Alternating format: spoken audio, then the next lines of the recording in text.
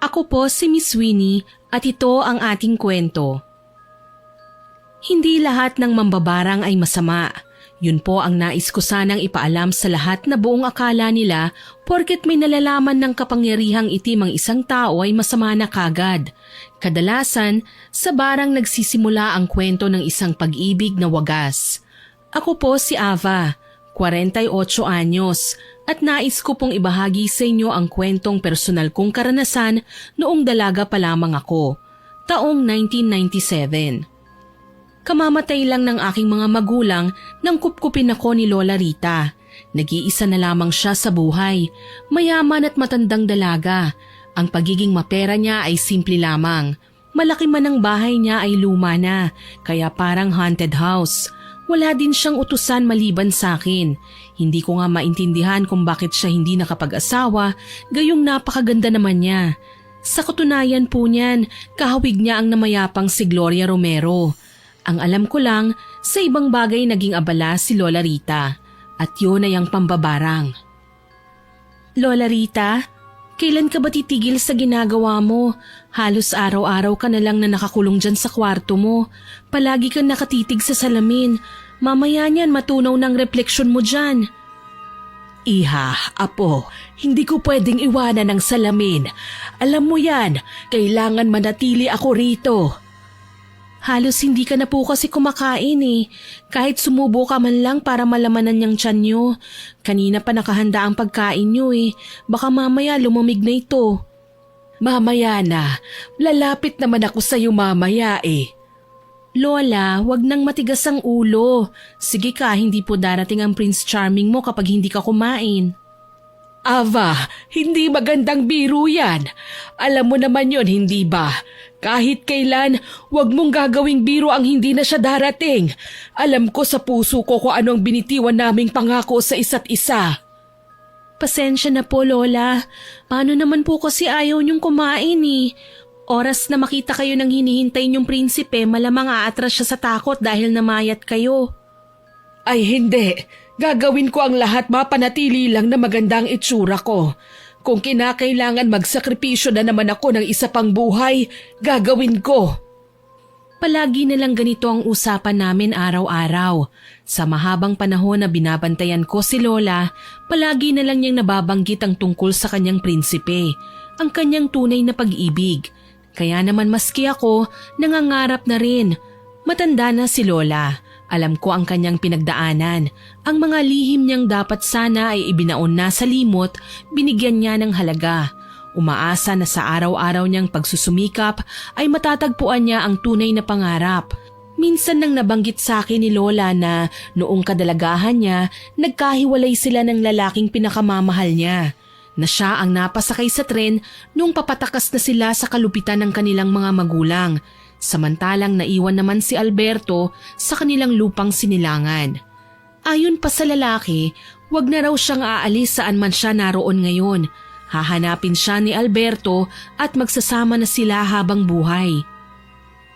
Lola Rita, makinig naman po kayo sa akin. Mas masarap pong maghintay sa inyong Prince Charming ng busog, hindi po ba? Ay, sa bagay iha, may punto ka naman. Bueno, ano bang ulam natin? Adobong sitaw po, Lola. Maaga ko pong niluto yon. Sitaw na naman. Hindi ba magkakarayuma ako niyan? Araw-araw na lang eh. Wala na po kasing laman ng kusina natin, Lola eh. Naubos na po kagabi. May mga maluluto naman po dyan pero dilata na lang po tsaka hotdog. Di bale, bibigyan kita ng pera. Mamalengke ka ha? Pero may ipapakiusap ako sa'yo, iha. Sana naman pumayag ka. Ano po ba yon, Lola? Kung kaya ko naman po, bakit hindi? Lahat po ng request nyo gagawin ko. Basta maging masaya lang kayo. May ipapadala akong larawan sa'yo. Larawan ito ni Alberto. Sana matingnan-tignan mo sa paligid kung may nakita kang kahawig niya. Kausapin mo, kaibiganin. Seryoso po ba yan, Lola? Oo naman, mukha ba akong nagbibiro? Ito ba ang itsura ng nagjo-joke? Lola naman, pati ba sa labas mag-iimbestiga ako? Tsaka mahigit 20 anyos lang po si Lolo Alberto niyan. Paano ko po siya makikilala ngayon? Baka nga matanda na siya ngayon. Iha, sige na. Ngayon lang naman ako makikiusap sa'yo Magbabaka sakali lang naman tayo, hindi ba? Ay, sige na nga po. Basta kung hindi ko po siya makita, uuwi na ako Kasi alam nyo na, kapag nagtagal ako doon, walang makakapagluto ng pananghalian natin. Magugutom kayo. Oo, apo. Pwede ka nang umuwi nun. Hindi mo naman kailangan maghintay doon ng buong araw. Nang mga sandaling yon, tingin ko talaga kay Lola ay nababaliw na. Nagpapasalamat na lang ako na hindi niya ako sinasaktan. Pero siguro talagang gusto lang niyang mahanap ang lalaking nagpatibok ng puso niya. Sa tagal ba naman ng panahon na hindi sila nagkasama, alam kong matindi ang pangungulila niya. Kaya naiintindihan ko siya kung kailangan niya akong apurahin sa mga bagay na mahalaga sa kanya. Isa pa sa dami ng magagandang bagay na ibinigay niya sa akin, ngayon lang ako makakabawi. Alam kong hindi maluhong tao si Lola dahil lahat ng meron siya, sobra niyang pinahahalagahan. Sa katunayan, gumagamit siya ng mahika para malaman kung malapit na ba niyang makita ang pinakahihintay na lalaki. Mga masasamang tao naman ang kanyang binabarang, mga taong patapon na ang buhay at wala nang panahon pang magbago. Mga mamamatay tao at iba pang kriminal na tinanggalan ng kagandahan sa pamamagitan ng barang. Sa katunayan, may ikinuwento na naman sa akin ng kaibigan kong si Iya nang magkita kami sa palengke. Mabuti na lang maaga kang napunta ngayon sa palengke, Bes. May ikukwento ko sa'yo tungkol sa kapitbahay nating si Mang Tomas. Oo nga paubos na kasi ang stocks namin sa bahay. Alam mo na, kailangan ko na namang mamili. Hindi nga maselan sa pagkain si Lola, pero kailangan ko pa ring piliin. Kapag pinakain ko siya ng mga putahing bawal sa kalusugan niya, siguradong magkakasakit siya Sus, para namang hindi malakas ang lola mo. Parang hindi nga siya nagkakasakit Oo nga, pasalamat nga ako doon, hindi ba? Kasi binigyan ako ng Panginoon ng mabait at malusog na lola. Hindi ako tuluyan naging ulila. Dahil nawala man ang mga magulang ko, pumalit naman si Lola. Tama ka naman, pero kilalanin mo ang taong nag-ampon sa'yo Aba, hindi madali ang makihalubilo sa mga taong estranghero lang naman sa'yo, no? Ang bait kaya ni Lola. Bakit mo naman nasabi yan? May kinalaman ba ito kay Mang Tomas? Ano bang nangyari sa kanya? Ayun, nagwala si Mang Tomas, Bes. Paano nasira daw ang mukha niya? Parang nasunog tapos natuklap ang balat. Nakakadiri nga Napasilip ako kanina sa bahay nila nung napadaan ako. Aba, ayaw ng matanda na tinititigan ang mukha niya. Kaso lang wala siyang magawa kundi ang ibilad ang sarili sa kahihiyan. Kahit ilang beses niyang itaboy ang mga tao, hayun at sinisilip pa rin siya.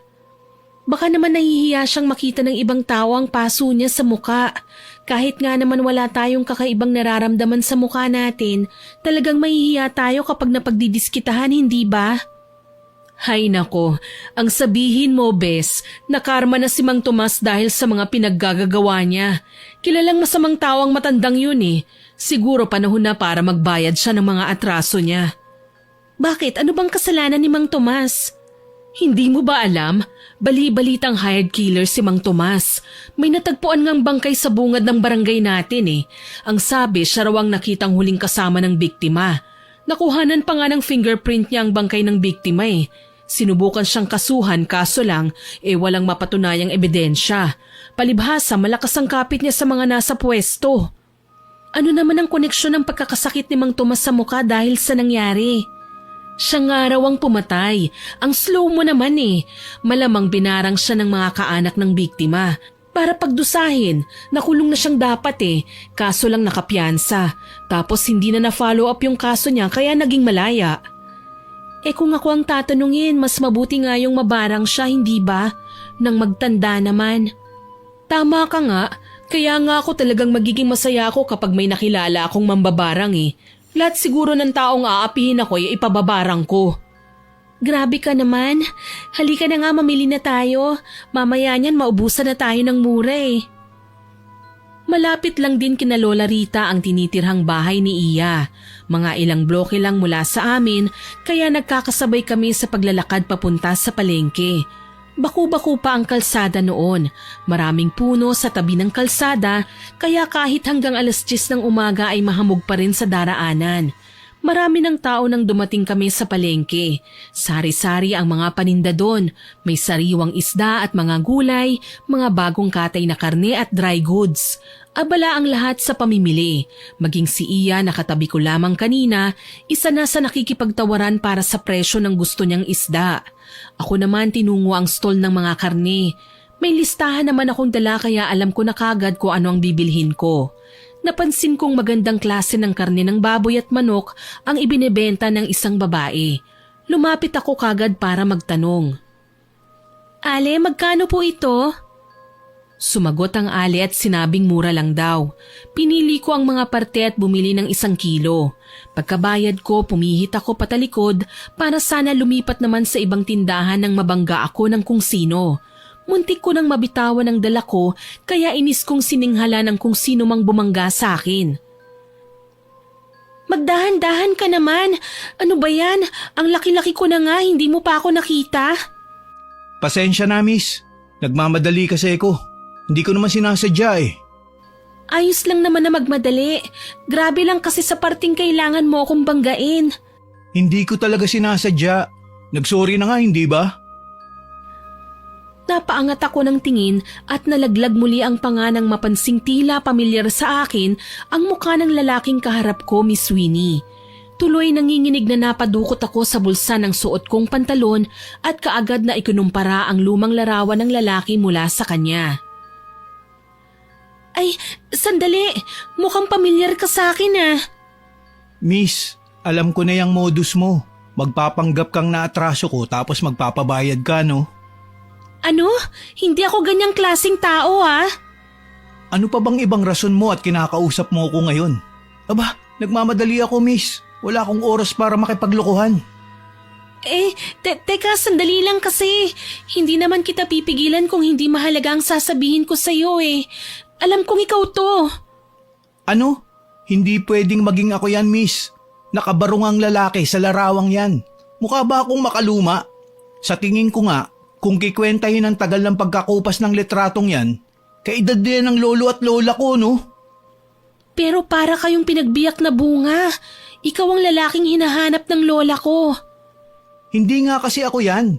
Wala akong natatandaang nagpakuha ako ng larawan na suot ang isang makalumang damit. Pero pinapahanap sa akin ni lola ang lalaking nasa larawang ito. Baka naman pwedeng magpanggap ka na lang muna kung hindi ikaw to. Matanda na kasi si lola eh, at ang hiling niya bago siya mamatay, makasama man lang niya ang lalaking minamahal niya. Nababaliw ka ba, miss? Paano ako magiging minamahal ng lola mo? Gayong nakikita mo naman ako ngayon. Hindi ako matanda. Ay, maiwan na nga kita. Bakit ba ako nag-aaksaya ng panahon na makipag-usap sa babaeng baliw na kagaya mo? Hindi ako nakaangal nang walang sabi-sabing iniwan nga ako ng lalaki. Nanghihinayang na sinundan ko na lang siya ng tingin. Sa tingin ko din kasi, suplado siya kaya wala na akong balak pang habulin siya. Ipinagpatuloy ko na lang ang pamimili hanggang sa makatapos at magkita kami ni Iya sa tagpuan. Alam mo, Bes, may babaeng dinukutan ng wallet sa bandaron. Naku, nagsisisigaw.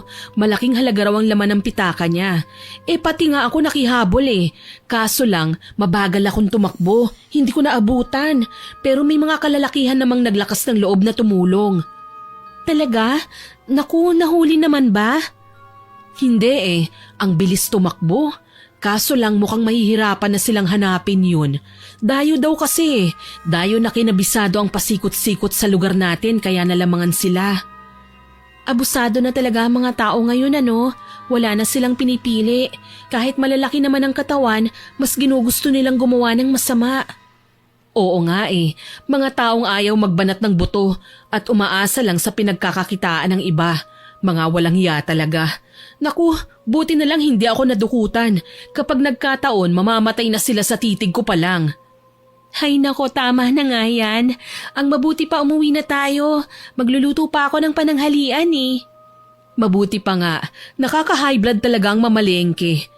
Teka, mabigat na naman ang dala natin. Sumakay na lang tayo at kung maglalakad baka mangalay pa tayo. Halika, mag-abang na tayo. Mabilis kaming pumara ni Iya ng masasakyan. Tirik na ang araw at nakakaramdam na rin ako ng gutom. Unang bumaba si Iya at nagpaalam na kami sa isa't isa. Nang ako na ang bababa, kaagad ako nagbayad ng pamasahe. Hinakot ko ang mga pinamili papasok sa bahay. Naabutan ko si Lola Rita na may hinihilang malaking kahon palabas ng bodega. Nagulat ako at nag-alala kasi nga mabigat yun. Dali-dali kong nilapag ang mga dala ko at kaagad ko siyang inalalayan. Lola, bakit mo naman pinipilit na hilahin yan? Diyos ko naman, La.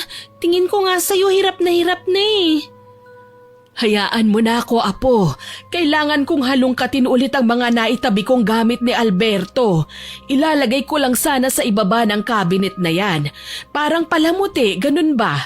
Gusto ko kasi, saang banda ko sa bahay na ito mapagawi, makikita ko ang mga bagay na nagpapaalala sa akin ng lalaking pinakamamahal ko. Lola, dapat po hinintay niyo na ako. Mabigat po ito Paano na lang kapag nabinat kayo? Di mapipilitan akong dalhin kayo sa ospital. Alam niyo naman po yun, hindi po ba? Sa panahon ngayon, bawal magkasakit. Bukod sa magastos, amoy gamot doon sa ospital. Baka mas lalo kayong manghina. Ay, pasensya na. Ewan ko ba, halos araw-araw naman akong naghihintay sa kanya. Pero parang nakukulangan ako sa oras. Parang hindi pa sapat. Gusto kong humaba pa ang buhay ko. Paano naman po mangyayari yon kung ganyang inaabuso nyo ang sarili nyo? Hay nakola, ako na po ang bahala rito ha. Sige na, ang mabuti pa, iwanan na muna natin ito dito. Tapos pumunta muna tayo sa kusina. May dala po akong kakanin, pagsaluhan natin. Sige. Alam mo, Iha, napagdesisyonan ko na. Tutal, malaki naman itong tinitirhan natin. Paupahan na natin ang ibang kwarto. Para naman magamit ng iba at mapakinabangan, hindi ba? Tama po kayo dyan, La. Hayaan nyo magpapaskil po ako ng karatula sa labas para kapag may nakabasa, makakahanap kagad tayo ng tenant para naman hindi tayong dalawa lang ang pagala-gala dito sa loob. Maraming salamat, Apo. Napakabuti mo talaga sa akin. Hindi ako nagsisisi na inampon kita. Higit pa sa sariling kadugo, mapagmahal at matapat. Maliit na bagay lang po, tsaka lahat ng kabutihan niyo sa akin ay ginagantihan ko lang din po. Sana wag kayong magsawa na ampunin ako Nakangiti kong wika sa kanya. Aminado ko na habang nagkakaedad si Lola, nagiging matigas na rin ang ulo niya. Yung tipong kahit bawal gusto niyang ipagpatuloy. Ayaw niya na dinidiktahan siya o pinagsasabihan. Tsaka halos walang oras na tinititigan niya ang salamin sa loob ng kwarto niya para sipatin kung may namumuunan naman bang kakaiba sa kanyang muka. Minsan, napapansin ko kasi na may nagsisigapangan ng ugat sa kanyang noo o minsan naman sa leeg. Alam kong hindi yun normal. Kaya nang magkaroon ako ng pagkakataon, kinausap ko siya ng masinsinan. Lola, wag po sana kayong magagalit ha. May kinalaman po ba kayo sa nangyari kay Mang Tomas? Bakit mo naman naitanong? Nakita ko po kasi siya noong isang araw Masaklap ang sinapit ng pagmumukha niya. Parang chicharon bulaklak. Tsaka galit na galit siya sa bumarang sa kanya. Nagbanta pa nga po ng kung ano-ano Tsaka narinig ko dinala siya sa ospital. Wala naman daw pong findings ang doktor. Ang sabi wala siyang sakit. Ewan ko ba, kapag naaalala kong mukha niya nandidiri ako. Parang ayoko na tuloy kumain ng chicharon. Ganon ba? Iha, hindi ka naman siguro manghihinayang sa mga taong may malupit na gawain, hindi ba? Dapat lang sa kanya ang magkasakit. Nang sa gayon, hindi na siya makalabas ng bahay at magawa ang lahat ng nakasanayan niyang gawin, hindi ba? Sa bagay nga po, ilang buhay din po ang nailigtas dahil sa karamdaman niya ngayon. Kasi kung hindi siya nagkasakit, malamang dating gawi siya. Baka nga nag-curfew na naman tayo para maiwasan ang sakuna. Tao po! Iha, mukhang may tao. Baka naman may nakabasa na sa dinikit mong karatula sa labas. Teka at nang makausap ko nga, swerte na ito. Ako na po, Lola. Dito na lang po kayo. Kapag nakumpirma ko ang sadya niya, tsaka ko na lang po ipapakausap sa inyo. Mapapagod po kayo sa paglalakad eh. Batang ito talaga. Masyado kong iniingatan. Malapit lang naman ang balkonahe. Pwede namang doon na ako maghintay. Ayos lang po, Lola. Ako na po ang bahala. Dali-dali akong lumabas ng bahay at lumapit sa may tarangkahan. May natanaw akong lalaki. Sa tingin ko ay mahigit nasa 30 anyos na siya. Matikas ang pangangatawan at may pagkamoreno. May sukbit na bag at mukhang nanggaling sa malayong probinsya. Magandang araw po. Ano pong kailangan nila? Nabasa ko kasi dito sa karatula na nagpapaupa kayo ng kwarto. Interesado sana ako eh. Ganun po ba? Mawalang galang na po. May mga dala po ba kayong requirements kagaya nung nasa labas? Kakailanganin po kasi namin sa pagpapatuloy sa inyo. Huwag kang mag-alala, miss. Kumpleto ako sa papeles at mabuti naman akong tao. Sige po, hali kayo, pasok. Lola, may kakausap daw po sa inyo tungkol sa pagrerenta ng kwarto. Sino ba yan, iha? Uupa raw po sa isa sa mga kwarto, Lola. Tumango si Lola Rita at pinaupo kagad ang lalaki sa may upuan sa balkonahe. Nagpakilala ang lalaki bilang si Ben, taga-probinsya. Hinayaan ko na lang silang mag-usap ni Lola para magkasundo sa bayaran at sa iba pang batas niya sa loob ng bahay. Maya-maya pa, nagsilbing tour guide si Lola na ipinakita kay Kuya Ben kung saan kwarto siya mananatili. Kahit papaano, nakaramdam kami ng katiwasayan ng may makakasama na kami sa bahay. Tumutulong kasi si Kuya Ben sa mga gawain. Nagsisibak siya ng kahoy, minsan nagiging tubero at karpintero pa namin. Kuya, maraming salamat po sa pagtulong mo sa amin ha. Naku, minsan hindi ko na nga po nagagawa pang magsibak ng kahoy dahil sa dami ng gawain eh. Nasanay na tuloy kami sa uling na nabibili sa palengke. Wala yun, Ava. Sanay naman ako sa gawaing bahay eh. Saka magaan na trabaho lang to para sa akin. Ano po ba ang trabaho niyo sa probinsya? Para kasing sanay na sanay kayo sa mabibigat na trabaho eh. Isa akong antingero. Yun nangongolekta ng mga mutya. Ganun. Nick, trabaho ba yun? Parang hindi naman eh. Hindi ko masasabing trabaho. Pero yun ang isa sa pinagkakaabalahan ko. At kaya ako napadpad dito. Dahil naghahanap ako ng mga hindi pangkaraniwang nilalang na pwede kong mapagkuhanan ng bagong koleksyong agimat. Kagaya po ng mga engkanto? Hindi lang basta mga engkanto, pati aswang at mambabarang. Babawian ko ng kakayahan kapag nanlaban. Kaya ayun, minsan nasasaktan ko. May mga nakasagupa na po ba kayo, kuya? Oo, meron na. Lalo na yung mga manananggal sa bayan namin. Nakakatakot naman ang tungkol sa manananggal. Hindi sila uubra sa akin eh. Saka may mga mutya na akong nabawi tungkol sa mga nasabing nilalang. Ang habol ko naman ngayon ay tungkol sa mga mambabarang. Balita ko kasi malakas na uri sila ng mga nilalang.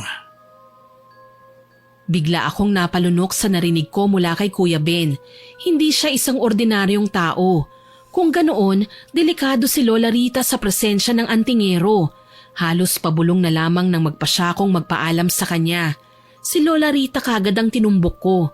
Kailangan kong ipaalam sa kanya na may mga taong posibleng magka-interes sa pinaggagawa niya. Baka nga saktan pa siya eh. Walang paalam na pumasok ako sa kwarto ni Lola para sana balaan siya sa klase ng taong tinanggap namin. Pero nagtaka ako nang makitang madilim sa loob ng kwarto niya. Lola Rita, nandito po ba kayo? Kailangan ko po kayong makausap. Kunot noo kong inaninag si Lola sa loob hanggang sa makarating ako sa banyo. May mga nakasinding itim na kandila sa sahig. Mababa ang temperatura sa loob ng kanyang silid kaya alam ko na kagad na may ginagawa na naman siya. Sa loob ng banyo naririnig ko ang pagbulong-bulong ni Lola ng mga katagang hindi ko maintindihan kung ano. Mga katagang sa tingin ko ay ginagamit niya bilang parte ng kanyang orasyon. Nanlaki ang mga mata ko nang mapansing may hawak pala siyang manika at kasalukuyan nitong tinutusok. Napatakip ako ng aking bibig. Ibang-iba ang presensya ni Lola ngayon kesa sa mga nakaraan na kausap ko siya. Kaya naman para wag ko na siyang maabala pa, umalis na lang ako. Mamaya ko na lang siya kakausapin. Lumabas ako ng bahay at nagpahangin sa harapan ng tarangkahan namin. Huminga ako ng malalim. Iniisip ko ang mga sasabihin ko nang mamataan ng pamilyar na figura ng babaeng dadaan sa harapan ko. Ang aking kaibigan. Nagpa siya ako makipagkwentuhan muna kay Iya. Nagkataon kasi na pauwi na siya mula sa kung saan siya nagpunta. Inaya ko pa nga siyang kumain ng kwek-kwek sa tapat namin. Bes, saan ka galing? Mukhang seryoso ang mukha mo ah. Tara, kwek-kwek. Uy, Bes, galing ako sa mananahing si Aling Rona. Ipapatahi ko sana ang sira nitong palda ko eh. Wala na akong magamit na pangsimba eh. Kaso lang nalaman kong malubha pala si Aling Rona. Bakit? Anong nangyari sa kanya? Nagkasakit ba? Oo eh. Ayun, pumutok ang mga mata niya. Nagwawala nga eh. Dadalhin yata sa doktor. Ewan ko nga lang ba kung may magiging findings ulit doon. Diyos ko, bakit naman nangyari yun? Nakakatakot naman yan. Pati ba mata niya tinamaan ng kamalasan? Bigla na lang daw pumutok na parang lobo. Ay basta, hindi ko na maikwento ang buong detalye. Kinikilabutan ako eh. As in, nakakadiri talaga. Ano ba naman tong nangyayari sa atin? Nakakatakot na mga dumadapong sakit sa mga tao. Atin na lang to ah. Ang narinig kong bulungan ng mga marites doon malapit sa bahay niya, baka raw kinulam si Aling Rona. Abay kababaeng tao, hindi natatakot na mamboso eh. Walang yan naman oh, nagagawa niya pa yun? Oo bes, yung mga binobosohan niya mga taong nagsusukat ng bagong tahi niyang damit. Ang halay naman pala ng babaeng yan. Ilang taon lang ba si Aling Rona? Nasa 40 ba? Para namang wala siyang asawa? Sinabi mo pa. Hay nako, tama na nga yan. Para na tayong mga marites nito, no? Hayaan na nga lang natin. Maghahanap na lang ako ng ibang taong makakatahi ng sira ng palda ko. Mabuti pa nga. Sa pagkakaalam ko may mananahi naman sa kabilang kanto. Pwede mong subukan doon. Tama ka, Bes. Di bale, malalaman at malalaman din natin kung sino ang nambabarang sa lugar na ito. Pangako, sasaluduhan ko siya. Ngumiti na lamang ako at hindi na siya sinagot pa. Kahit may konting nalalaman na ako tungkol sa posibleng may kagagawa ng lahat ng ito, alam ko naman na hindi ko siya pwedeng ipagkanulo sa iba.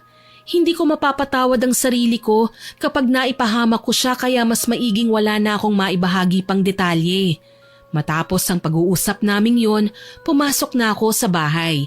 Nakalimutan ko na ang tungkol sa kwek-kwek at nawalan na rin ako ng ganang kumain lalo na't naaalala ko ang kwento ng kaibigan ko. Pagpasok ko sa loob ng bahay, nagpasya kong hanapin si Lola. Naabutan ko siya sa kusina, umiinom ng tubig.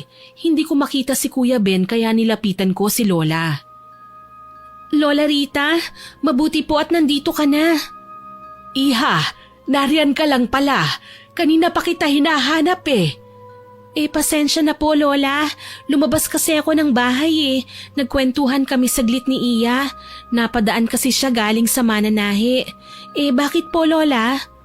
Napansin kasi kita kanina. Parang pumasok ka sa kwarto ko. Baka mahalaga ang sadya mo kaya pagkatapos ng ginagawa ko, sinundan na lang kita rito. Opo, Lola. Pasensya na po at hindi na ako kumatok. Nakita ko kasi kanina na abala ka. Ano bang sadya mo? May sasabihin sana akong mahalaga, Lola tungkol kay Kuya Ben. Bakit? Ano bang sasabihin mo tungkol sa kanya? Antingero po pala si Kuya Ben, ano? Lola, hindi po pala natin siya lubusang kilala. Ganun ba? Abay mainam yan, may antingero sa bahay natin. Pero Lola, hindi lang yun ang nais kong sabihin sa inyo. Ang totoo po niyan, may mga hinahanap na tao si Kuya Ben kaya kailangan niyo pong mag-ingat. Hindi po siya mapagkakatiwalaan, Lola. Iha, huwag kang mag-alala. Walang sino man ang makakapanakit sa akin. Alam mong kaya ko silang labanan. Kaya ko silang saktan kung kinakailangan. Hindi ako ang tipo ng taong magpapatalo. Alam mo yan. Pero Lola, hindi ko po maiwasang kabahan. Tama ba na tinanggap natin si Kuya Ben dito sa bahay? Baka bigla na lang niya tayong traidorin. Hindi siya ang makakapigil sa akin, Iha. Marami pa akong kailangan mabarang. Kailangan ko sila para manatili akong malakas. Habang nabibigyan ko ng karamdaman ng iba, ay lumilipat sa akin ang kanilang lakas at kakayahan. Baka nga dumating ang araw, kaya kong maging bata eh. Nang sa gayon, ilang taon man ang lumipas, makakaya ko pa ring maghintay kay Alberto. Kinilabutan ako sa sinabi ni Lola. Ito pa rin ang kahahantungan ng usapan namin sa hinihintay niyang prinsipe. Gusto ko nang sabihin tama na, itigil na niya ang ginagawa niya pero walang tinig ang lumabas mula sa aking bibig. Wala akong lakas na pigilan siya at alam kong ako na lang mismo ang maghahanap ng paraan para maproteksyonan si Lola. Isang araw, nagpa siya akong magpakita kay Iya. Matagal na kaming magkaibigan ni Iya. Siguro naman mapagkakatiwalaan ko siya. Sa palengke namin napagpasyahan na mag-usap. Wala pa ang aking kaibigan nang dumating ako ron. Marami ng tao pero hindi ko na sila pinansin pa.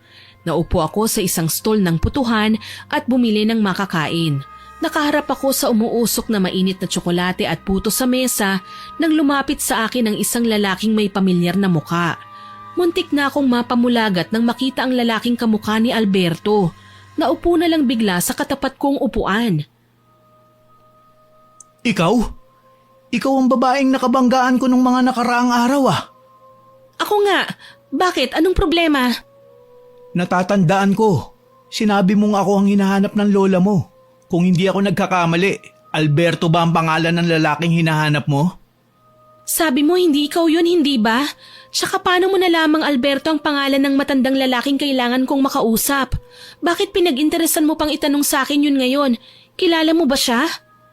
Nasaan ang lola mo? Kailangan ko siyang makausap. Teka lang ha, nung una todo tanggi ka sa mga sinabi ko sa'yo noon. Pero bakit ngayon? Pasensya na, pero tatapatin kita. Ang taong binanggit mo noon ay ang lolo ko. At ngayon ko lang yun napagtanto. Baka naman nanloloko ka lang. Bigyan mo nga ako ng palatandaan para paniwalaan kita. Ang pangalan ng lola mo, siya si Aling Rita, hindi ba? Madaling itanong yan eh. Kilala ako dito sa palengke. Malay ko ba kung nagtanong-tanong ka muna sa ibang mga tao dyan sa tabi-tabi? Siguro, hindi ka maniniwala sa akin. Pero huli na mapagtanto ko ang lola mo, ang babaeng matagal nang hinahanap ng lolo ko. Ito ang ebidensya ko oh. Nagulat ako nang ilabas ni Alfonso ang isang lumang larawan. Tila ba karugtong ito ng larawang nasa pangangalaga ko. Makikita ko doon si Alberto, katabi ang isang napakagandang babae na sa tingin ko ay si Lola Rita. Nagsimula sa pagkabog ang dibdib ko, kitang-kita sa larawan ang matinding pagmamahalan nila sa isa't isa. Sa likuran ng nasabing larawan ay may nakasulat na pangalan, Alberto at Rita. Hindi ko sinasadyang mapaluha nang makita ang katibayang dala ni Alfonso. Sa pagkakataong yun, alam kong hindi siya nagsisinungaling. Naluluhang hinarap ko ang lalaki at ninitian kahit nanginginig. Totoo ba ito? Matatapos na ang paghihintay ni Lola.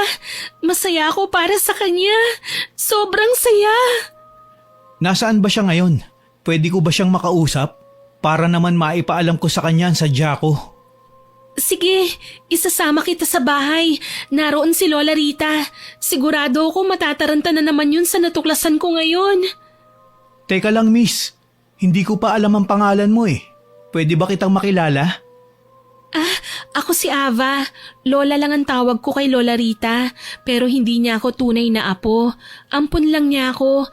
Kinupkup niya ako nang mamatay ang mga magulang ko. Okay lang yan. Ako naman, apo ng kapatid ni Lolo Alberto. Pero syempre, lolo ko pa rin siya. Nang magkakilala na kami, nakalimutan ko na ang tungkol sa usapan namin ni Iya.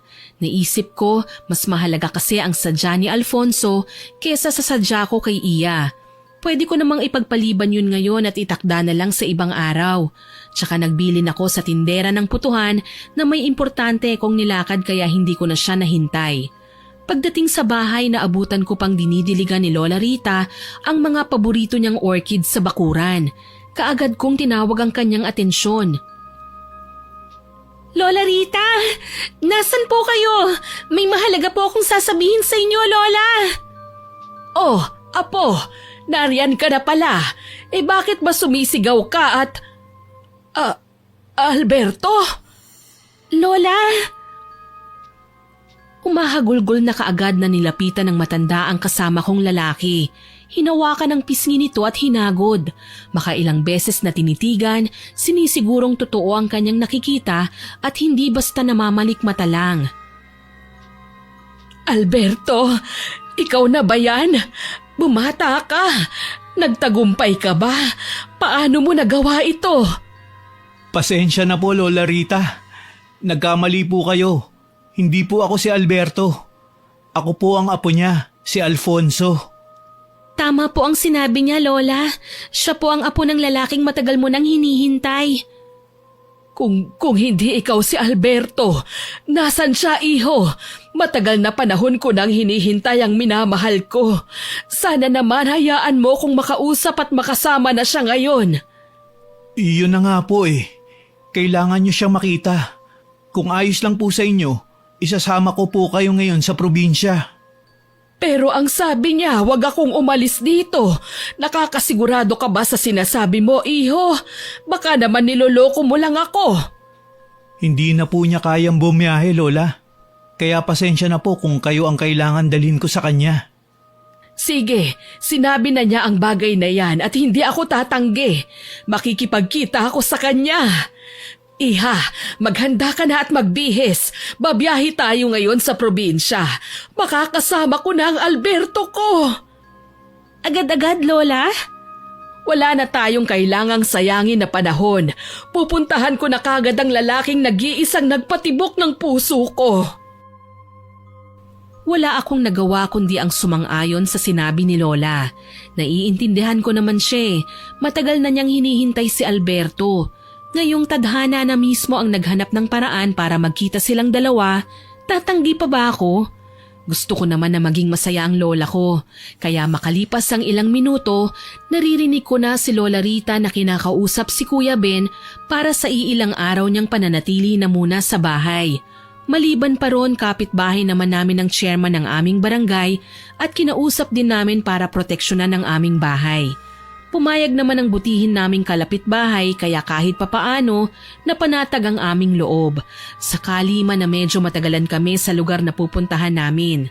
Si Iya naman, saglit kong kinausap at nagkasundo na kami na maliban kina chairman at sa iba pang kapitbahay, sisilip-silipin na rin niya ang tenant namin. Nang sa gayon masiguro namin na wala siyang ibang pakikialaman maliban na lang sa mga bagay at lugar kung saan pinahintulutan siya ni Lola. Ano, Iha? Sa tingin mo ba maganda na itong suot ko? Kahit ano pang isuot nyo, Lola, maganda kayo. Tama na po yan. Naghihintay na si Alfonso sa labas. Salamat, Iha. Naku, hindi ko talaga maiwasang manabik. Napakatagal ng panahon na magkahiwalay kami. Ngayon mabibigyan na ng katuparan ang lahat ng aming mga pangarap. Masaya po ako para sa inyo, Lola. Sana po magkita na kayo kagad. Sabik na akong magkaroon ng lolo. Lola Rita, Ava, narito na ang taxi na pinara ko. Halina kayo. Sumunod kami kay Alfonso at sumakay na nga ng sasakyan. Naging swabe at maayos naman ang aming biyahe. Pagdating namin sa lugar na pinagmulan nila Lola, napansin ko siyang pumikit at napahinga ng malalim. Alam kong ninanamnam niya ang alaala ng nakaraan. Huminto ang aming sasakyan sa isang lumang bahay Kastila sa may kabisera. Mistula itong museum kung titignan, kaso lang may mga detalye sa bakuran ng bahay na palatanda ang tinirhan ito ng mga tao. Lola, hali kayo, pasok po. Natatandaan niyo pa po ba ang bahay na ito? Oo, ito ang bahay nila Alberto. Nasaan siya? Ay, matagal ng panahon mula nang maiwan ko ang lugar na ito. Napakaraming nagbago. Pero ang bahay na ito, wala man lang nag-iba. Ganoon na ganoon pa rin. Maliban na lang sa takbo ng panahon.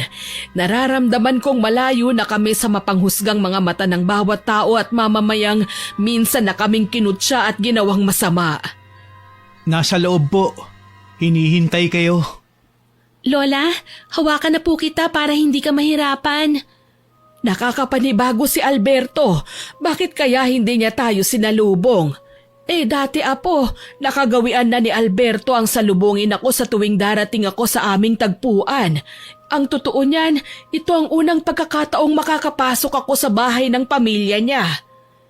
Bakit naman po, Lola? Wagas naman ang pag-iibigan niyo, hindi po ba? Hindi kailanman naging maayos ang trato sa akin ng pamilya ni Alberto. Sila ay nagmula sa pamilya ng mga mangkukulam. Ako naman nagmula sa pamilya ng mga mambabarang. Barang at kulam? Hindi po ba magkapareho lang yun? Diyan ka nagkakamali, apo. Ang kulam ay isang klase ng gawain kung saan bibigyan ng sakit ang isang tao sa pamamagitan ng sumpa. Samantalang ang barang ay mas nakakahindik na bersyon ng kulam. Gagamit tayo ng mga insekto at makakamandag na hayop para pagdusahin ang ating mga kinamumuhiang tao. Akala ko talaga magkatulad lang ang mga yan. Hindi pala, mas masahol at mabagsik pala ang barang. Oo, iha. Napakarami ko pang hindi na ikukwento sa'yo. Pero asahan mong darating ang araw, malalaman mo rin ang lahat. Hindi ka na iba sa akin kaya lahat ng meron ako mapapasayo rin. Lola, sabihin man ng iba na hindi ka panipaniwala ang kabutihan ko, pero masaya na po ako na binigyan niyo ako ng bahay at pagkain. Binigyan niyo ako ng pamilya na matagal nang wala sa akin. Kaya kung pag-uusapan natin ang lahat ng meron kayo, hindi naman po ito mahalaga sa akin eh. Ngunit iingatan ko po yon dahil sa ito ay pinahahalagahan ninyo. Maraming salamat aking apo. Tara, pumasok na tayo. Nagtaka pa ako nang mapansing nakaitim ang halos lahat ng bisita sa bahay na yon. May mga nagbubulungan at palihim na nag-uusap. Nagtitingi na alam kong pinag-uusapan kami. Nang tuluyan kaming makapasok, nawala kagad ang aking ngiti. Sa pinakaunahan ng aming kinatatayuan, nakahimlay ang animoy natutulog na lang na si Lolo Alberto. Nasa loob ng kanyang kabaong. Nahigit ko ang aking hininga, pero mas hindi ko napaghandaan ang sasabihin ni Lola Rita. Alberto, mahal ko, narito na ako. Bakit ka natutulog sa kahon na yan? Hindi ba at pinasundo mo kami sa apo mo? Lola, nakahiga na sa kabaong si Lolo Alberto. Hindi na po siya gigising pa. Hindi na po kayo magkakausap. Patay na po siya, Lola. Ito po ang huling-hiling sa amin ni Lolo Alberto, La. Ang magkita kayo bago pa man siya ilibing. Anya, wag mo na siyang hintayin. Hindi niya nakinayang kanyang karamdaman. Anong ibig mong sabihin, iho? Malubha na po si Lolo bago pa man magkita kami ni Ava sa palengke at masabi sa kanya na kayo ang hinahanap ko. Sumuko na po si Lolo, Lola Rita. Humihingi siya ng paumanhin na hindi na maipagpapatuloy ang inyong pagmamahalan. Pero hihintayin ka niya sa mundong ginawa niya para sa inyo. Iniwan na ako ni Alberto. Hindi na kami magkikita pa. Wala nang silbi ang paghihintay ko. Umasa ako ng sobra. Tahan na po, Lola. Huwag na po kayong umiyak. Hindi masisiyahan si Lolo Alberto kapag nakita niya kayong malungkot. Hindi ko lang maiwasan na maglabas ng sama ng loob, iha. Alam mo ang mga ginawa ko, magkaroon lang ng sapat na lakas para tumagal pa ng ilang taon, hindi ba? Kung hindi mo mamasamain, Alfonso, anong ikinamatay ni Lolo Alberto? Binarang siya ng mga natitira niyong kadugo, Lola Rita. Matagal na pong lumuwas si Ben sa Maynila para bantayan ka sa lahat ng iyong mga galaw. Ano? Totoo ba yan, iho? Totoo po ang sinasabi ko. Para sa katibayan, heto ang mga itsura nila. Ipinakita ni Alfonso sa amin ni Lola ang larawan ng 2 taong nais na sumira sa buhay niya. Ang 2 taong akala ko mabait at hindi magkakilala pero magkadugo pala, sina Iya at Kuya Ben.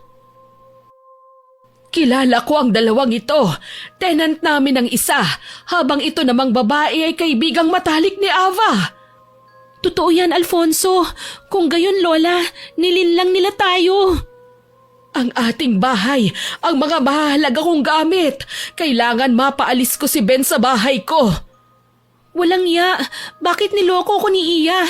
Ibig sabihin matagal na niyang ginagawa ang bagay na ito. Matagal na niya tayong niloloko. Lola Rita, kumalma po kayo. Makakasama sa inyong kalagayan ng sobrang lungkot. Hayaan niyo kami na ni Avam bumalik sa bahay ninyo.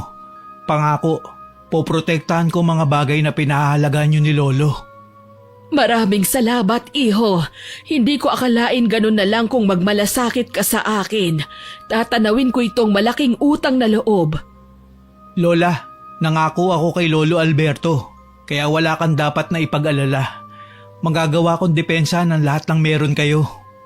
Natitiyak ko, wawasakin nila ang lahat ng kagamitan ko para hindi ko na sila malabanan pa. Ganyan sila katuso. Huwag kayong matakot. Nandito naman ako. Saka bago pa man namatay si Lolo, tinuruan niya na po ako sa mga kaalamang meron din kayo. Tumango si Lola Rita at binigyan ng basbas ang aming pag-alis ng mga sumunod na araw. Kailangan naming itago si Lola Rita dahil siya ang kailangan ng 2 nagpapanggap at nakipaglapit sa buhay namin. Elementarya lamang ako nang makilala si Iya.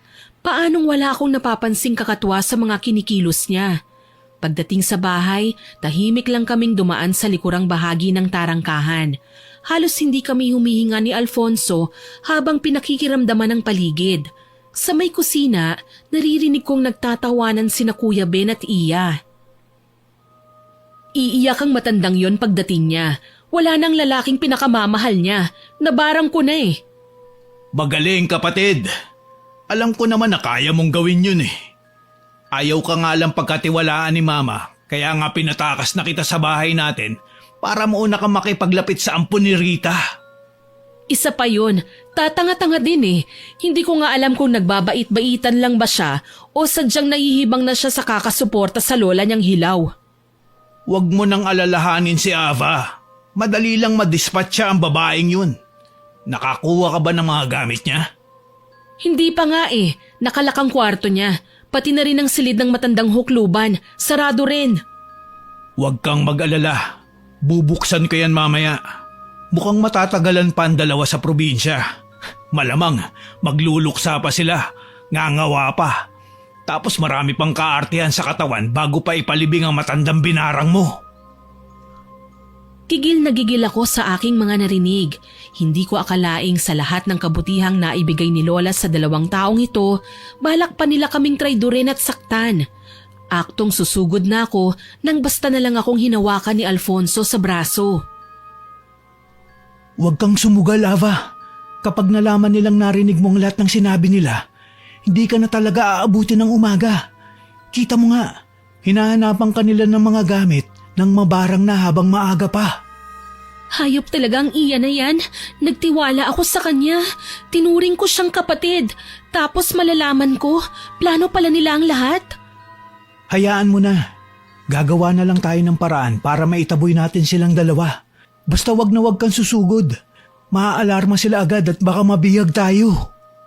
Pasensya ka na, Alfonso. Nakakaawa lang kasi si Lola eh. Inabuso siya ng mga taong hindi naman niya personal na kilala. Halika, kailangan na muna nating umalis dito pansamantala. Kailangan natin ng maayos na plano para mapaghiwalay natin ang 2. Saka tayo susugod para mapaalis sila sa bahay ni Lola Rita.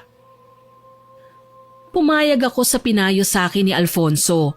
Mabilis naman kaming nakaalis nang walang nakakapansin sa amin. Dinala niya ako sa isang maliit na apartment na aniya, tinutuluyan niya noong minsang maligaw siya sa palengke at makatagpo niya ako. Halika, Ava. Pasok ka. Maraming salamat, Alfonso. Kailan ka lang namin nakilala ni Lola, pero todo nang malasakit mo sa amin. Kasiyahan ko na ang tumulong sa kahit na sino noon pa man. Saka walang karapatan sina Ben at Iya na gawin kay Lola Rita ang ginawa nila sa lolo ko. Gagante ko sa hindi nila inaasahang paraan. Medyo hindi malinaw ang nalalaman kong nakaraan ni Lola eh. Ikaw ba alam mo? Base sa kwento ni Lolo na alam ko, dati na raw silang kinasangkapan ng kanika nilang pamilya para magsagawa ng mga hindi kaaya-ayang gawain sa mga tao. Bibigyan nila ng nakamamatay na karamdaman ng mga tao kapalit ng pera. Ibig bang sabihin yan? Mga bayaran silang mambabarang? Oo, simula pa sa mga ninuno nila ang kaalamang yun.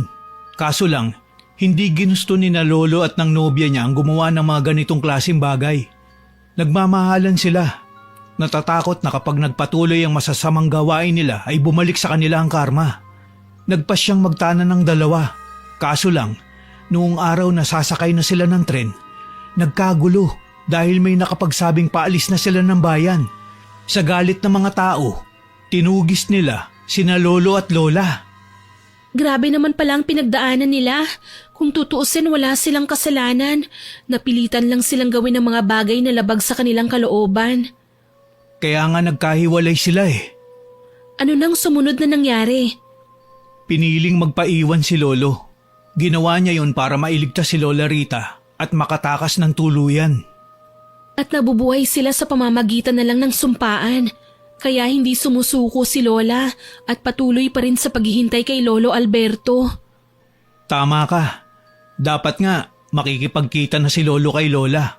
Kaso lang, ayun, nagkasakit siya ng maluba. Hindi na niya kinaya pa ang karamdaman kaya siya pumanaw. Kawawa naman si Lolo Alberto. Hayaan mo Alfonso, kahit hindi ko personal nakilala si Lolo, gagawin ko ang lahat maipaghiganti ko lang sila nila Lola. Kasama mo ko dyan. Kaya ngayon, kailangan natin maghanda para maatake natin sila. Habang inilalatag ni Alfonso ang plano, hindi ko maiwasang manghinayang sa naging pagkakaibigan namin ni Iya. Sobrang okay naman kami, nagkakaintindihan at nagdadamayan. Pero bakit ngayon biglang ganito? Malalaman ko na magkapatid pala sila ng tenant namin na lantarang ipinaalam sa akin ang interes niya sa mutyang hawak ng mga mambabarang. Paano ko dedepensahan si Lola laban sa kanya? Mabuti na lang may kaalaman si Alfonso sa kakayahang meron sina Lola. Nang gabing yon, sinaksihan ko ang kanyang paghahanda sa orasyon. Nakalatag ang mga itim na kandila sa palibot ng isang hugis bituing guhit. Nakaupo si Alfonso sa gitna, tila ba abala sa pagdarasal at pag-usal ng hindi ko maintindihan ng mga orasyon. Maya-maya pa, itinaas niya ang kanyang kamay at namangha ako nang makitang may hawak pala siyang papel. Nakasulat doon ang mga pangalan ni Iya at Ben. Ito ang isa sa pinakamagandang lamang natin sa kanila, Ava. May alam tayo sa pagkatao nila kahit papano. Samantalang sila, hindi ito alam. Ang ginagawa mo bang yan, barang na? Oo, at sisiguraduhin ko sa'yo na bukas, magiging kwento na lang ang dalawang yan. Basta ang sakin lang, ayoko nang maghintay ng matagal. Kailangan nating matalo ang dalawa sa lalong madaling panahon. Sisimulan ko na ang orasyon. Paano ko? Anong gagawin ko? Wala kang kailangang gawin kundi ang maghintay lang, Ava. Susubukan kong gambalain ang kanilang pagtulog para mabawasan ang kanilang kapangyarihan. Sana talaga matapos ng kaguluhang ito para makabalik na kami ni Lola Rita sa bahay namin at maparusahan na ang dalawang nanlamang sa lolo mo. Mangyayari yan, Ava. Huwag kang mag-alala. Lahat ng kasamaang idinulot sa kapwa ay may kapalit, may karma. At sisiguraduhin kong hindi nila makakaya ang bigat nito kapag dumating na sa kanila. Nakita kong nagdasal ng taimtim si Alfonso at ipinatak ang kandila sa mga pangalan ng dalawang nais niyang saktan. Ilang sandali pa, muli na namang bumulong ng panibagong orasyon si Alfonso hanggang sa mapansin kong humangin ng malakas. Kakaiba ang malamig na hangin yun. May kasamang tinig ng isang nilalang na hindi ko lubos akalaing maririnig ko. Buo ang kanyang boses, mababa at mula sa ilalim ng hukay. Hindi ko alam na ganito pala kasindak-sindak ang pambabarang. Para din siyang si Lola Rita. Nakakatakot. Gustuhin ko mang magtanong kung sino yun, alam kong wala pang tamang oras para malaman ko ang mga bagay na nakikita ko. Nanatili na lamang akong tahimik hanggang sa hindi ko matiyak kung pinaglalaroan ba ako ng imahinasyon ko o ano. Nanlisik ang mga mata ni Alfonso hanggang sa bumalasik ang ekspresyon ng kanyang muka. Tila ba nais na niyang umatngat ng tao. Kalaunan, may mga naririnig pa akong bulungan ng mga boses sa ere. May babae, lalaki, bata, matanda at boses paos na hindi ko matiyak kung tao pa ba. Napaatras na lang ako at nahiga sa kama. Hinayaan ko siyang gawin ang kanyang trabaho. Hindi ko tuloy na malayang nakatulog na ako. Nagising ako sa mahinang yugyug sa aking balikat. Nang dumilat ako ay maliwanag na at nasilayan ko kagad ang mukha ni Alfonso. Nakangiti. Alfonso, ang aga mo namang nagising. Hindi ba't huli ka na ring natulog? Hindi naman ako natulog eh. Gusto ko lang sanang ibalita sa'yo na tagumpay ang ginawa kong pagbarang sa 2 taong nasa bahay ninyo. Talaga? Ano na ngayon ang plano natin? Maghihintay lang tayo ng ilang araw. Pagkatapos, bigla tayong pupunta sa bahay. Alam ko may sakit na sila sa mga oras na yun. Gugulatin natin sila. Sige Alfonso, nananabik na akong gawin ang bagay na yan. Ano kaya ang magiging itsura ni Iya at Kuya Ben kapag nalaman nilang matagal na nating alam ang ginagawa nila? Sigurado ko magugulat sila. Pero hindi tayo magpapakita kagad sa kanila. Magtatago na muna tayo, makikiramdam. Hanggang sa matiyak na nga nating pwede na silang lapitan kung kailan mahina na sila. Saka tayo aatake. Pero gagawin lang natin yun kapag nanlaban sila. Sige, maghihintay ako sa mga sasabihin mo. Ang mabuti pa, mag-almusal na muna tayo. Ako na ang maghahanda. Mukhang marami namang laman ng ref mo eh. Salamat ha. Lumipas sa mga oras na wala kaming nababanggit patungkol kina Iya at Ben. Parang sinasadya din ni Alfonso na wag na muna namin silang atupagin. Kaya ibinaling ko ang atensyon ko sa pagbabasa sa librong nakita ko sa mesita. Natuwa ako sa takbo ng kwento kaya hindi ko na namalayan ng oras.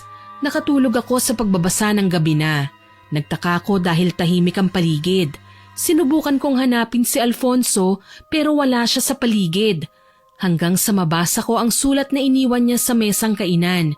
Nanlaki ang mga mata ko nang malamang nagpunta siya sa bahay ng nag-iisa. Delikado raw para sa akin ang sumama sa kanya. Bakit ako iniwan ni Alfonso? Usapan namin na magkasamang pupunta. Hindi pwede to. Kailangan ko siyang sundan kahit ayaw niya. Nanginginig kong wika. Nagmamadali akong tumakbo papunta sa labasan at pumara ng masasakyan. Mabuti na lang kaagad akong nakasakay. Tahimik na tahimik sa bahay namin ni Lola nang makarating ako doon. Para maiwasan na rin ang anumang iskandalo, sa likod bahay ako dumaan at palihim na minatyagan si Kuya Ben na noon ay umuungol na palabas naman ng bahay.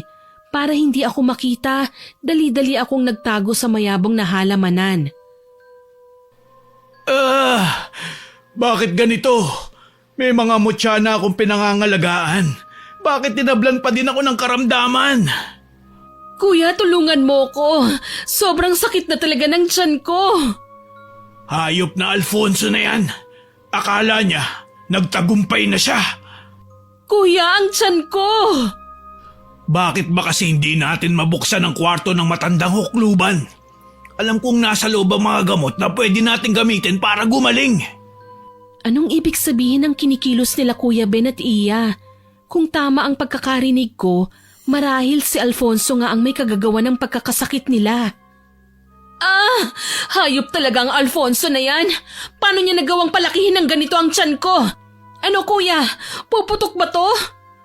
Tumahimik ka nga, Iya. Ang ingay-ingay mo eh. Paano ako makakapag-isip ng tama kung ganyang dada ka ng dada? Palibhasa kasi, hindi mo alam kung anong nararamdaman ko. Bakit? Ikaw ba? May intindihan ang nangyayari sa akin? Napalipat ang tingin ko kay Ben na noon ay punong-puno ng pangangati sa katawan. Nagsusugat na ang mga ito at nagdurugo na. Halos hindi ko masikmurang pagmasdan ng pamamaga ng kanyang muka kaya iniwas ko na lamang ang tingin ko sa kanya. Sa bandang madilim at ibaba ng bahagi ng balkonahe, may natanaw akong bulto ng isang lalaki. Alam ko na kagad na si Alfonso yun. Malamang isinasagawa na niya ang plano namin na nakakainis mang isipin, siya lang ang gumagawa. Nasaan ang mga gamit mo sa pambabarang? Kailangan magantihan natin si Alfonso. Barangin mo siya, Iya. Sa ganitong sitwasyon ko, kuya, nakikita mo naman siguro na nahihirapan ako. Hindi ko kayang sakyan ang lahat ng gusto mo ngayon. Sira ka ba? Paano tayo makakawala sa sumpa ng mambabarang? Mamamatay tayo sa sitwasyong to. Kasalanan to ni Ava eh. Kung hindi niya itinago sa akin ang kakayahan ng matandang hukluban na si Rita, malamang napatay ko ng matandang yun dati pa. May kapalpakan ka din. Dahil sa'yo kaya nagawang itago ni Ava ang tunay na kakayahan ni Rita. Tingin mo ba magtitiwala yun sa'yo? Huminga ako ng malalim, pilit na iniintindi ang mga pangyayari. Sa bandang huli, pinili kong lumabas para magpakita sa kanila. Labis ang pagkagulat ni Alfonso mula sa kanyang pinagtataguan. Sinusubukan niya akong mapaatras pero hindi ako nakinig. Wala din naman akong balak na makinig sa kanya. Hindi ko alam na ganito pala kayo kasama. Bes? Ava, nandito ka na? Nasaan si Lola Rita? Itigil niyo na ang pagpapanggap. Matagal ko nang alam ang ginagawa niyo. Matagal ko na ring alam na balak niyo kaming patayin. Alam mo na pala bakit parang kalmado ka pa? Kasi alam kong may dahilan kung bakit gusto niyong gawin ang mga bagay na ito. Bakit nga ba, Kuya Ben? Tinanggap ka namin ng maayos sa bahay ni Lola Rita. Binigyan ka ng maayos na mahihigan kahit na hindi ka pa naman talaga nakakabayad ng upa. Hinayaan ka ni Lola na gumamit ng mga kagamitan sa bahay ng walang limitasyon. Tuwang-tuwa pa nga siya nang makitang tumutulong ka sa pagkukumpuni ng mga sirang gamit Wala kang karapatang husgahan ako. Hindi mo alam kung anong pinagdaanan namin ng kapatid ko. Kaya nga ang sabi ko, ipaintindi nyo, hindi ba? Sa pagkakaalam ko pa naman kadugo nyo si Lola. Bakit nyo nagawa sa kanyang bagay na ito? Bakit kailangan nyo siyang pasakitan? Nagtatanong ka pa kung bakit? Dahil siyang dahilan kung bakit naging miserable kami ngayon. Ipaliwanag nyo nga ng maayos. Sa paanong dahilan ba? Pinatay ng mga tao ang mga magulang namin dahil kagagawan ni Rita at ni Alberto. Ang mga magulang namin ang nagbayad ng kasalanan nila sa mga tao. Hindi totoo yan, Kuya Ben. Oo, at ampun lang ako ni Lola Rita. Pero alam ko kung ano ang tunay na pinagdaanan niya. Hindi niya gustong mambiktima ng tao. Napilitan lang siya dahil ayaw siyang tantanan ng lolo at lola niyo. Sinusugal nila sila Lola Rita kapalit ang pera. Kaya hindi siya ang tunay na may kasalanan. Sinungaling ka. Dapat sa'yo, pinatatahimik. Sa labis kong pagkagulat, napasigaw ako nang makita si Kuya Ben na pasugod sa akin at balak na sana akong suntukin. Kaso lang dumating si Alfonso at hinarang ang papatamang kamao sa aking muka. Nagulat si Ben at hindi kagad nakabawi. Maya-maya lang, si Alfonso naman ang nanuntok sa kanya. Tinamaan sa panga si Kuya Ben. Ang lakas ng loob mo saktan ako! Mambabarang ka! Sino bang nauna? Ha? Ikaw naman, di ba? Pinatay niyo ang lolo ko. Sa tingin mo ba, mapapatawad ko kayo? Gumaganti lang ako sa inyo. Dahil sa inyo, maaga kaming naulila. Hindi man lang namin naalagaan ang mama at papa namin. Hindi man lang nila kami nakitang tinupad ang aming mga pangarap. Lahat nawasak sa isang iglap. Tama na! Masakit na ang tiyan ko! Tingin ko sa tiyan ni Iya ay puputok na. Tuloy naglaho ang galit ko sa babaeng minsan ay tinuring kong kaibigan. Kaagad ko siyang inalalayan at pinaupo sa isang parte ng hagdanan sa may balkonahe. Anong gagawin mo? Gaganti ka ba sa akin, ha? Ano, papatayin mo na ba ako? Sige, Ava, gawin mo. Para naman maiganti mo ang lola mong masahol pa sa hayop. Alam mong hindi ko magagawa sa iyo yan. Kahit kailan hindi ko pinangarap na maging masama sa harapan ng maraming tao. Hindi ko na talaga kaya. Kuya Ben, Alfonso, pakiusap, tama na yan. Iligtas muna natin si Iya. Maawa naman kayo. Natataranta kong sigaw, kaya gayon na lang ang paghinto nila sa kanilang ginagawa. Kaagad kong tinakbo ang lugar kung saan ko nakita si Alfonso kanina. Marahil naroon ang mga gamit niya at pwede kong pakialaman para naman matigil na ang pagdurusa ni Iya. Kaso lang, sabay na huminto sa ginagawa ang dalawang lalaki. Naririnig ko silang nagsisigawan. Ava, wag mong hahawakan ang mga gamit ko. Baka lumipat sa iyo ang sumpa. Hayaan mo siya. Nang matikman niya naman ang sakit ng aming ganti. Napakahayop niyo talaga. Sa tingin niyo ba matutuwa pa si Lola Rita? Oras na sinaktan niyo ang pinakamamahal niyang ampon. Ava, huwag mo nang gagalawin ang mga nakalagay dyan. Ngayon ko napatunayan may mabuti kang puso. Huwag mo nang sayangin ang buhay mo para sa taong kagaya ko. Hindi naman ako naging totoo sa'yo eh. Hayaan mo na akong mamatay. Kahit papano kaibigan kita, Iya. Hindi ako papayag na mapahamak ka. Lumapit ako ng tuluyan at nakita ang mga nakasinding mga kandila. Ang dalawang manika naman na nagre-representa kina Iya at Kuya Ben ay nakababad sa isang plangganang may lamang hindi ko matiyak kung anong klaseng likido. Kulay berde yun at marahil ay nakakapaso. Dadamputin ko na sana ang mga yon nang marinig ko ang atungal ni Kuya Ben. Para bang salitan lang ang nararamdaman nila ng kapatid niya. Hindi ko alam kung anong klaseng mahika ba ang taglay ni Alfonso pero ngayon ko nasisiguradong malala ito at nakakatakot. Alfonso, nakikiusap ako. Alam kong magkagalit kayo ni Kuya Ben at Iya, pero sana naman kausapin natin sila ng maayos. Magpaliwanagan tayo. May pinagsamahan na kami ni Iya eh. Kumpara sa kanya pagpapanggap lang ang pakikipagkaibigan niya sa akin, naging totoo naman ako sa kanya.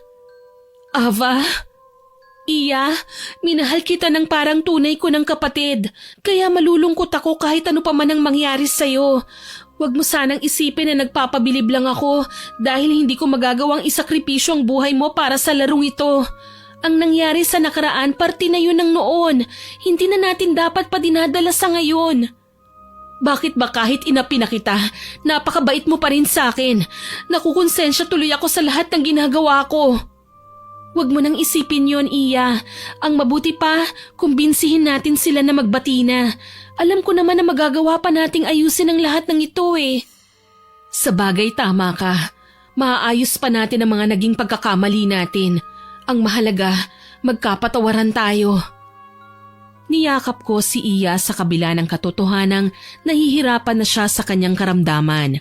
Mabuti na lang nahinto na ang pagsusuntukan nila Kuya Ben at Alfonso. Iika-ikang lumapit si Kuya Ben sa amin kasama si Alfonso. Siya na ang humarap sa ginawa niyang altar at umusal ng orasyon para matanggal na ang barang na iginawad niya sa magkapatid. Ang bilis ng pag-usal niya ng mga kataga na halos dumugo ang ilong ko sa pag-intindi. Gayunpaman, nakita kong dahan-dahan ng gumaan ang pakiramdam ng dalawa. Akala ko ang pambabarang ay nagagawa lang sa panahong hindi nakaharap ang mga binarang sa nambabarang. Pero sa sitwasyon ng magkapatid, nagmistulang albularyo din si Alfonso na ginamot ang sarili niyang ginawad na karamdaman sa dalawa. Alam ko medyo mabigat pa ang inyong katawan makalipas ang 3 araw. Pero huwag kayong mag-alala. Nabawi ko na ang binigay kong karamdaman. Kahit galit ako sa inyo, hindi ko magawang tanggihan si Ava sa kanyang pakiusap. Salamat, Alfonso. Kuya Ben, ano po ba talaga ang nangyari? Kwentuhan mo naman kami nang sa gayon maintindihan namin. Alam na naming kilalang mambabarang ang Lola Rita at Lolo Alberto noong araw. Ginamit sila ng kanilang mga magulang para magkapera. Kaso lang, umayaw na sila ng mag-ibigan at nagpasyang magtanan. Habang ginagawa yun, nagkakagulo ang kanilang mga magulang. Pati na ang mga taong naapektuhan ng kanilang pambabarang ay naghangad ng paghihiganti laban sa kanila. Lumipas sa mga taon, nagkapamilya ang kapatid ni Lola Rita, nagkaanak, at siya ang magulang namin ni Iya. Nakilala siya ng mga kaanak ng naapektuhan sa kasamaang ginawa nila noon. Saktong kapapanganak pa lang ni Mama kay Iya, Nang sugurin kami ng mga hindi namin nakikilalang lalaki, wala akong nagawa para iligtas sila.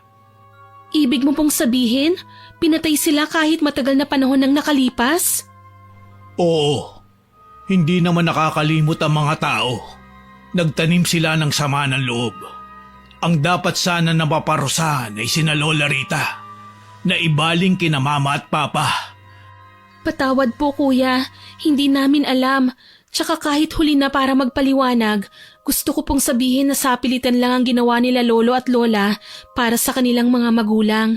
Para sa mga lolo at lola nyo sa tuhod na siyang pumilit sa kanilang gawin ng mga bagay na yon.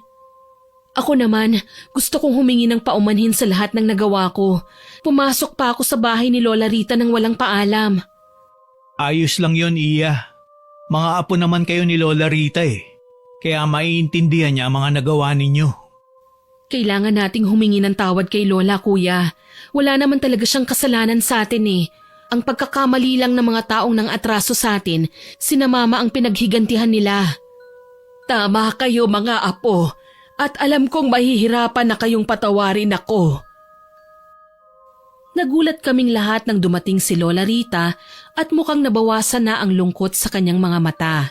Parang milagro dahil ang barang na iginawad ni Alfonso ay kay bilis na naglaho nang siya na ang umusal ng dasal. Kay bilis na lumiit ang tiyan ni Iya na ikinaiyak ng aking kaibigan. Maski ako walang masabi. Alam ko naman na magiging okay ng lahat dahil nagkasundo na sila. Bigla akong niyakap si Lola. Oo at ampun lang ako. Pero sa aming apat na kabataang naroon, ako ang pinakamalapit kay Lola. Tama na ang iyakan at drama. Halika kayo mga apo.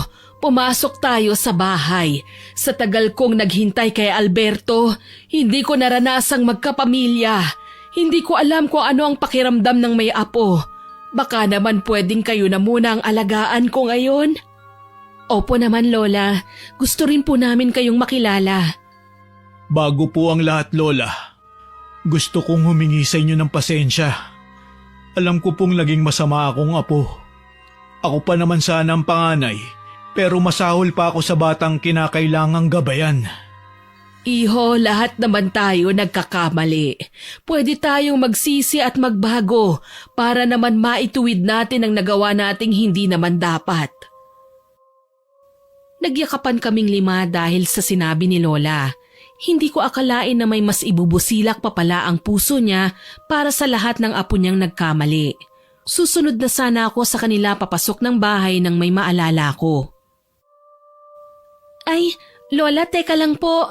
May nakalimutan akong itanong sa inyo. Paano pala kayo nakarating dito ng mag-isa? Iha, matanda lang ako pero hindi ako lumpo. Oo naman at kaya ko pang sumakay ng tren ano? Tsaka may pera naman ako para sa pamasahe. Kayo talaga? Wala kayong tiwala kay Lola? Malay natin, gumamit siya ng lumilipad na walis, hindi ba? Tawanan ang naging sagot namin sa kanyang sinabi. Pumasok na nga kami at nagsalo-salo. Naging masaklap ang gabing yon pero kahit papaano, naging pinakamasaya na din dahil nagkaisa na ang lahat ng apo ni Lola at nagkasundo na.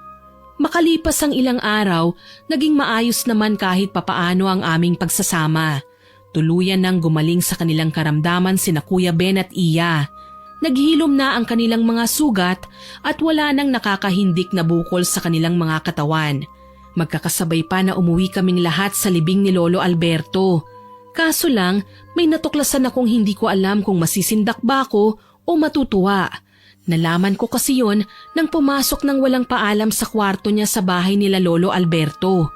Nahindik ako nang makita ang dalawang magkatabing kabaong. Nakahimlay na si Lolo Alberto, tila hindi man lang naaagnas ang kanyang katawan. Si Lola naman, nahuli kong naghahanda na rin at papahiga na sa kabaong na nakalaan naman para sa kanya. Bakit niya ito gagawin? Hindi pa naman siya patay. Lola Rita, ano pong ibig sabihin nito? Iha, pasensya na kung hindi ko nasabi ang lihim kong ito sa'yo. Pero siguro nga, kailangan mo na itong malaman. Ano po yun? Aalis ako, apo. Sa malayo. Sana payagan mo ako. Lola, wala naman po akong magagawa kung iiwan niyo kami. Pero ano pong karapatan kong pigilan kayo? Ampun niyo lang naman po ako eh. Diyan ka nagkakamali, Apo. Hindi ka basta kung sino-sino lang na inampun ko. Nung magkahiwalay kami ng Lolo Alberto mo, buntis na ako. At ang batang yon ay ang nanay mo. Ang nanay mo naman mag-isa kong pinalaki hanggang sa magkapamilya din siya at maipanganak ka. Ikaw ay tunay kong apo, iha, at pinutunayan mo sa akin ang tunay na kabutihan ng puso mo. Iiwan ko sa iyo ang lahat ng ito. Lola, bakit ngayon mo lang po sinabi ang lahat ng ito? Kung kailan iiwan mo na ako, bakit kailangan mong gawin ito? Matagal ko nang hinangad ito, iha. Hayaan mo na akong makasama ang lolo mo. Sa paroroonan ko, makakasama ko na sila ng nanay mo. Balang araw maiintindihan mo rin ako. Bigla niya akong hinawakan sa braso kaya maluha-luha akong napatitig sa kanya. Nagahol ako sa oras dahil wala na kaming panahon ni Alberto na magsama sa mundong ito. Pero nariyan si Alfonso, iha. Ang nanay niya ay anak ng lola niya sa ibang lalaki. Kaya hindi kayo magkadugo o magkamag-anak. Ipagpatuloy niyo ang aming naudlot na pagmamahalan. Ipangako mo yan, ha? Hindi ko po alam kung anong sasabihin ko, Lola. Nasasaktan ako. Ngiti lang ang sinagot sa akin ni Lola. Maging sa paliwanag niya ay gahol na rin siya ng oras pero nirespeto ko ang lahat ng yun. Lumabas ako sa kwarto at umiyak ng umiyak. Hanggang sa dumating sina Kuya Ben at Iya na ipinaliwanag sa akin ang mga sinabi sa kanilang lihim ni Lola. Kahit papaano, nasaktan man ako, ay wala akong nagawa kundi tatagan ng sarili para tanggapin ang lahat. Sa ngayon nagkatuluyan nga kami ni Alfonso. Sa bahay ni Lola sa Maynila kami naninirahan. Isang hiwaga pa rin ang sinabi ni Lola na aalis siya dahil nang balikan ko siya ilang oras matapos ang kanyang pamamaalam ay pumanaw na siya. Masakit man, nagpakatatag ako kasama si Alfonso sa aking tabi. Hanggang dito na lamang po. More power po sa inyong channel at God bless. Naway nagustuhan niyo ang aking ibinahaging kwento. Pero bago ko po ito tapusin, gusto kong mag-shoutout sa mga masusugid nating tagapakinig. Shoutout po kina Ma'am Jean Lopez mula sa Tibiao Antique, Miss Marian Delta Fuente mula sa Kuwait, Ma'am Hadigia Matala mula sa Oman, Muscat, Miss Leonora Mandigma from Cabuyao, Laguna, Ma'am Elizabeth Panuncial na nag-birthday po noong June 2 mula po sa Abu Dhabi, Miss Glenda Gilyado from Malaysia, si Sir Joshua Marangi at sa mami niyang laging nakikinig na si Miss Yasmin, Miss Gemma Iliagas from Butuan City, Ma'am Angelina Ignacio na always listening daw po from California, Sir Ricardo Ado at sa kanyang mama na nakikinig daw po palagi, at si Miss Aisel Gregorio na nag-comment sa silosang asawa na hindi raw po kumpleto ang kanyang araw kapag hindi nakinig ng kwento sa ating channel. Naku, maraming salamat po ma'am. At kay Mr. and Mrs. Danilo Katigan from Barangay Pasong Tamo, Miss Jennifer Juan, Carmi Kayabyab na silent listener daw po, at kay Sir Lito Estalano. Naku, maraming salamat po sa inyong lahat. Sa susunod po ay sisikapin kong mabanggit ang mga pangalan ng mga nagpapa-shoutout sa ating channel. Muli ako po si Miss Winnie na lubos na nagpapasalamat sa inyong walang sawang pakikinig.